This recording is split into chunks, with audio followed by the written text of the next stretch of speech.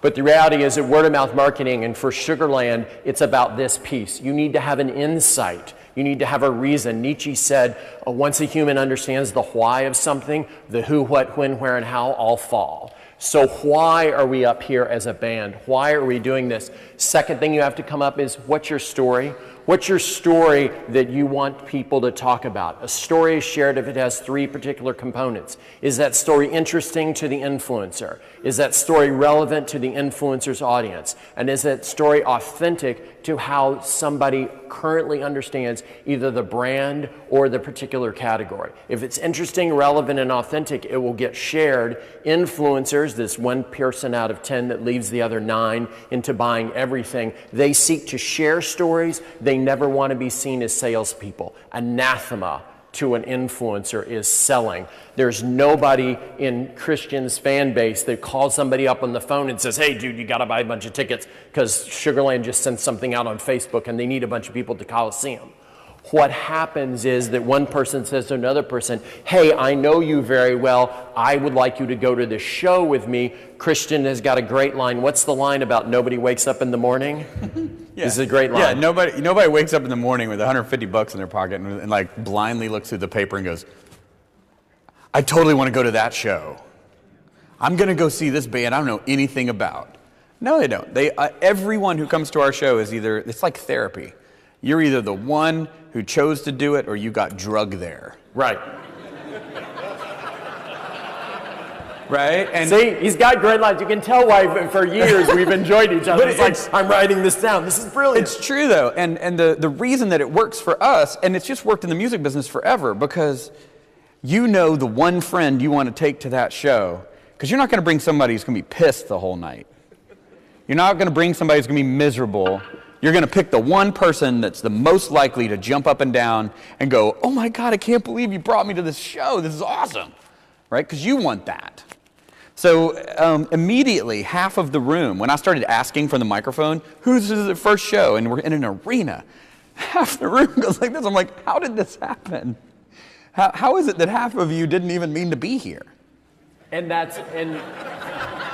shockingly that is. And so when you know this happens, and you know this is the way the mechanics of a market works, then you can do things like build your band around this entire idea, because as musicians, you want to play for more and more people, because you think, as you all now think, but you as a musician think your music is awesome. So then you've got to have activations. You've got to have, what are those opportunities where your fans, your influencers can share with as many people as possible, as efficiently as possible, because globally, the average word of mouth conversation is only 32 seconds.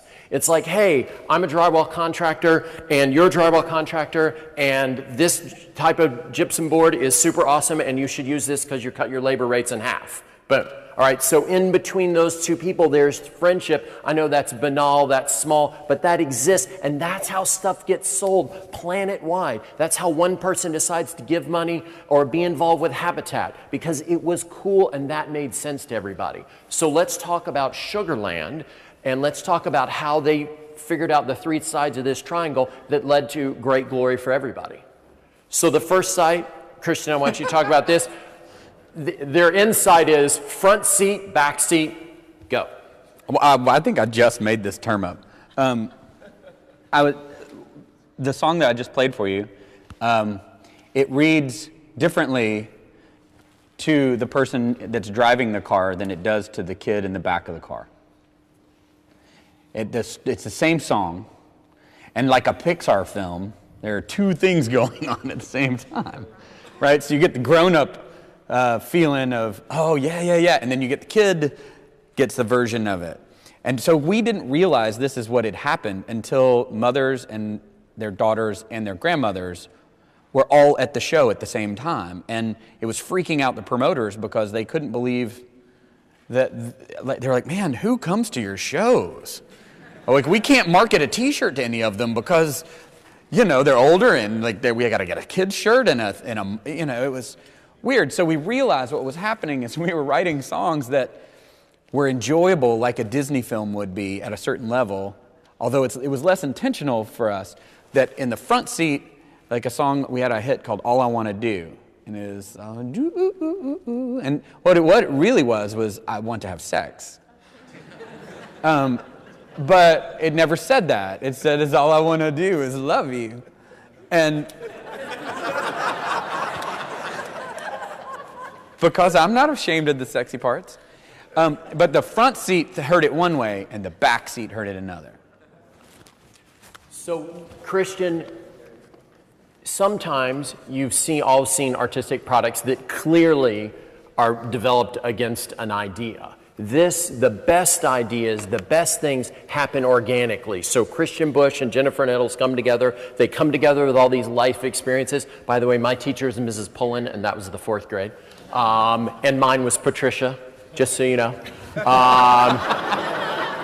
Yeah, and I'm sure they're all getting together. You have it. Once you define it, once you create that insight, it starts to give you a filter on how am I going to make decisions. The second side of the triangle is story. This is very intentional. This is who we are as a company. This is who we are as a nonprofit. This is who we are as artists. What is it that we want everybody to say about our thing that we're producing and trying to share with the world? And that, for Sugarland, is... Yeah, well, our dreams come true. It was the end of that first song.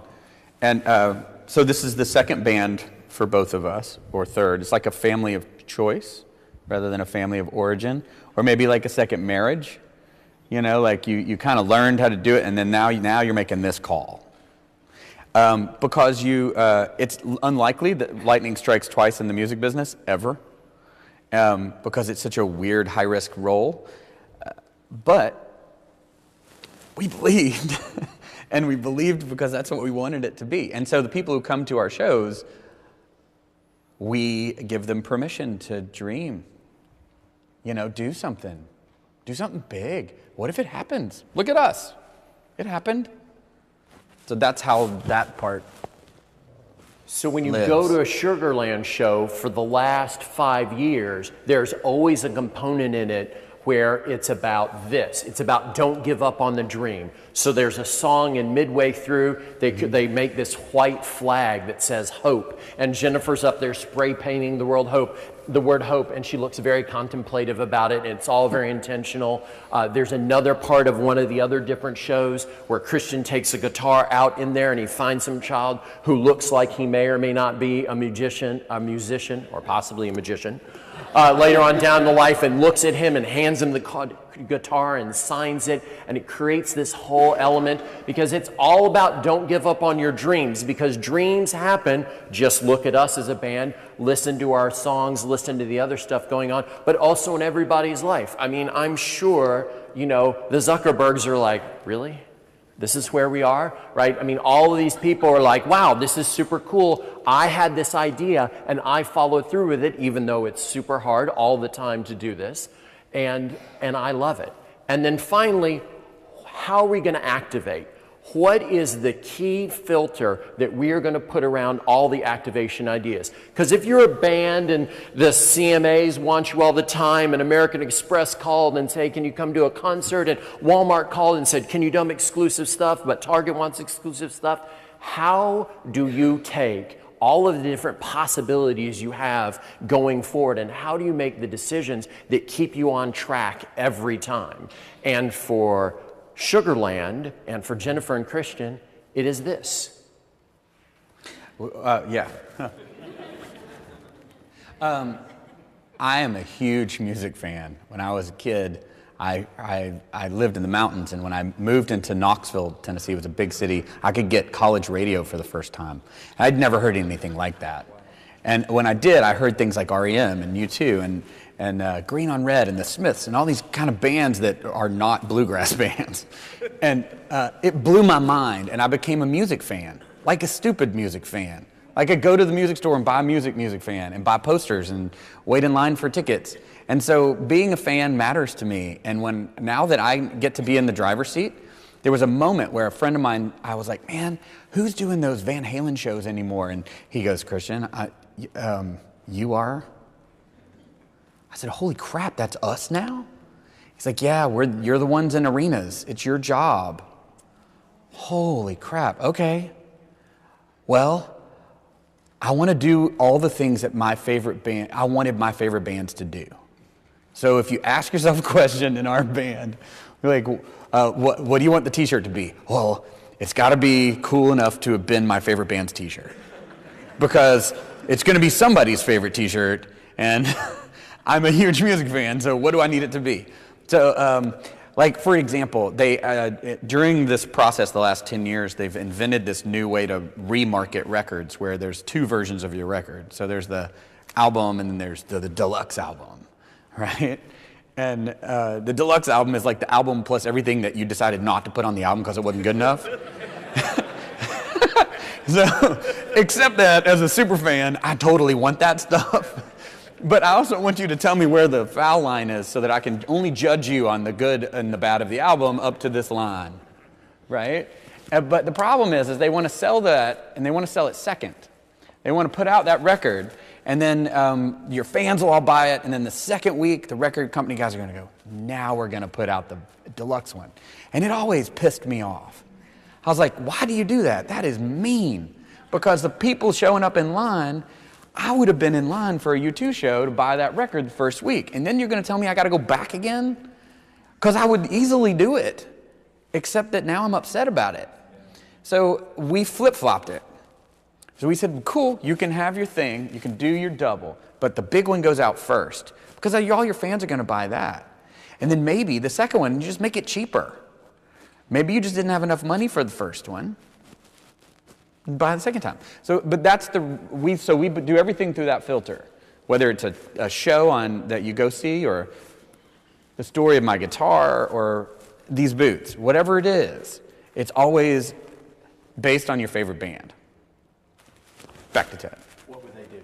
So with that filter, over a decade of decisions can be made by simply saying, if U2 was doing this, would X blow my mind?